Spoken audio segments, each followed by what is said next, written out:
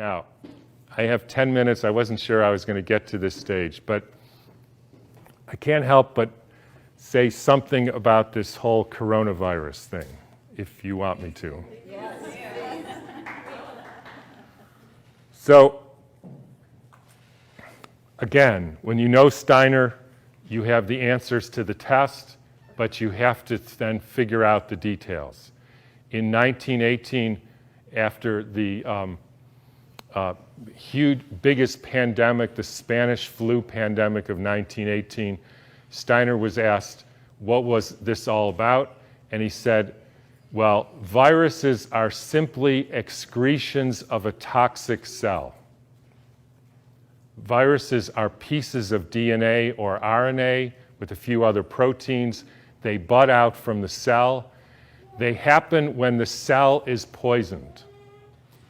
They are not the cause of anything. And the first way I would encourage you to think about this is if you are a famous dolphin doctor, right? And you have been studying dolphins in the Arctic Circle for hundreds of years, or at least a long time, and the dolphins were fine.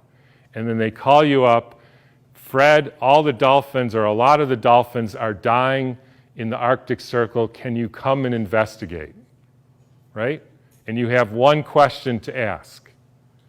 So, show of hands. How many of you would say, I want to investigate a dolphin to see the genetic makeup of that dolphin? Nobody, because that's stupid. How many of you would say, I want to see if this dolphin and that dolphin has a virus because it might be contagious and that's why all these dolphins are getting sick? That fellow.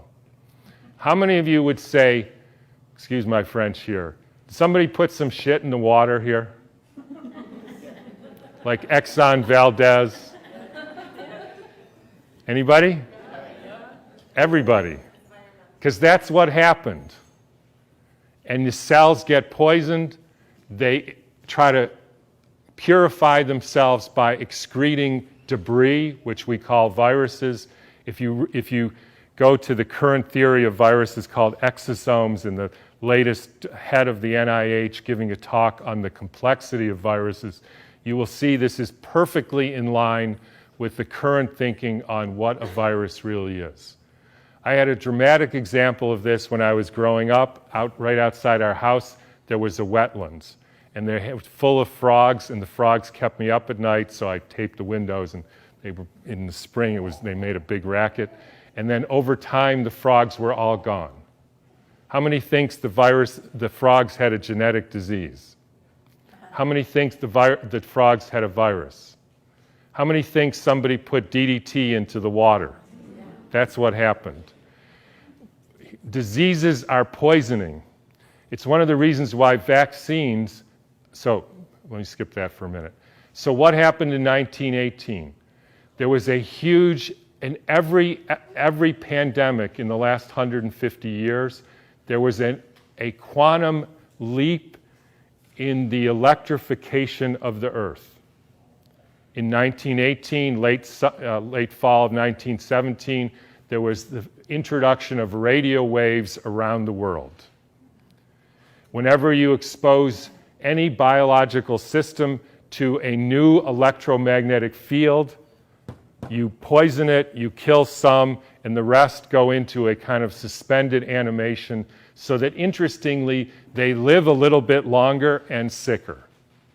And then starts in World War II with the next pandemic with the introduction of radar equipment all over the Earth, blanketing the entire Earth in radar fields. First time humans have ever been exposed to that. In 1968, there was the Hong Kong flu, and it was the first time the Earth has a protective layer in the Van Allen belt, which essentially integrates the cosmic fields from the sun and the Earth, from the moon and Jupiter, etc., integrates that and essentially distributes that to the living beings of the Earth. And we put satellites emitting radioactive frequencies in the Van Allen belt. Within 6 months, we had a new viral pandemic.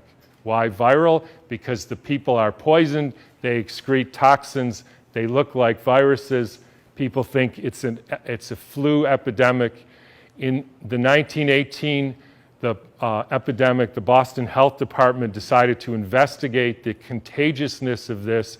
So they, believe it or not, took hundreds of people with the flu and they sucked the snot out of their nose and injected it into the healthy people who didn't have the flu, and not one time could they make the next person sick. They did this over and over again, and they were not able to demonstrate contagion. They even did it with horses who apparently got the Spanish flu, and they put bags over their head, and the horses sneezed in the bag, and they put the bag over the next horse, and not one horse got sick. You can read about this in a book called The Invisible Rainbow by Arthur Furstenberg, who chronicles all the steps in the electrification of the earth and how within 6 months there was a new flu pandemic all over the world. And when you hear the normal explanations, how did it go from Kansas to South Africa in 2 weeks? So the entire world got the symptoms at the same time, in spite of the fact that the mode of transportation was horseback and boats, and there's no explanation for it. They just say, we don't know how that happened. But when you think about it, with these radio waves and other frequencies that some of you have in your pocket and on your wrist, you can send a signal to Japan and it arrives instantaneously. So any of you who don't believe there is an electromagnetic field that communicates globally within seconds just is not paying attention to this. And I will only finish by pointing out that there has been a dramatic and quantum leap in the last 6 months with the electrification of the Earth. And I'm sure a lot of you know what that is. It's called 5G, where they now have 20,000 radiation-emitting satellites, just like the radiation-emitting thing in your pocket and on your wrist and that you use all the time. That is not compatible with health. I'm sorry to say it, it's not compatible with health. That is a water destructuring device. And for any of you who say, yeah, well, we're not electrical beings, we're just physical matter, then don't bother doing an EKG or an EEG or a nerve conduction test, because we are electrical beings and the chemicals are only the byproduct of those electrical impulses. And I'll finish with, anybody want to make one guess as to where the first completely blanketed 5G city in the world was? Exactly. So when you start thinking about this, we are in an existential crisis here, folks, the likes of which humankind has never seen. And I don't want to go all Old Testament prophet on you, but this is something that is unprecedented. The putting of 100,000 satellites in the very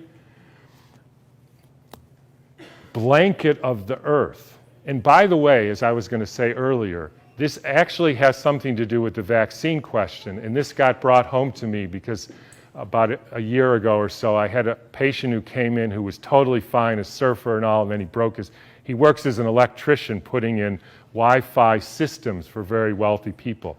Electricians have a very high mortality rate, but he was fine. And then he breaks his arm and he gets a metal plate put in his arm. 3 months later, he couldn't get out of bed and was total, heart irregularities, just total collapse. The susceptibility has to do with how much metal you have in your body, as well as the quality of the water in your cells. So if you start injecting aluminum in people, they become receptors for absorbing increased electromagnetic fields, and that is a perfect storm for the kind of deterioration of the species, which is what we're now experiencing. And I'm just going to finish with one more thing, which I like too, is a quote from Rudolf Steiner. And by the way, this was around 1917, so there was a different time. In times when there were no electrical currents, when the air was not swarming with electrical influences, we're talking 1917, it was easier to be human. For this reason, in order to be human at all today, it is necessary to expend much stronger spiritual capacities than was necessary a century ago. So I'll just leave you with whatever you can do to increase your spiritual capacities, because it's really damn hard to be a human being these days. So thanks for listening.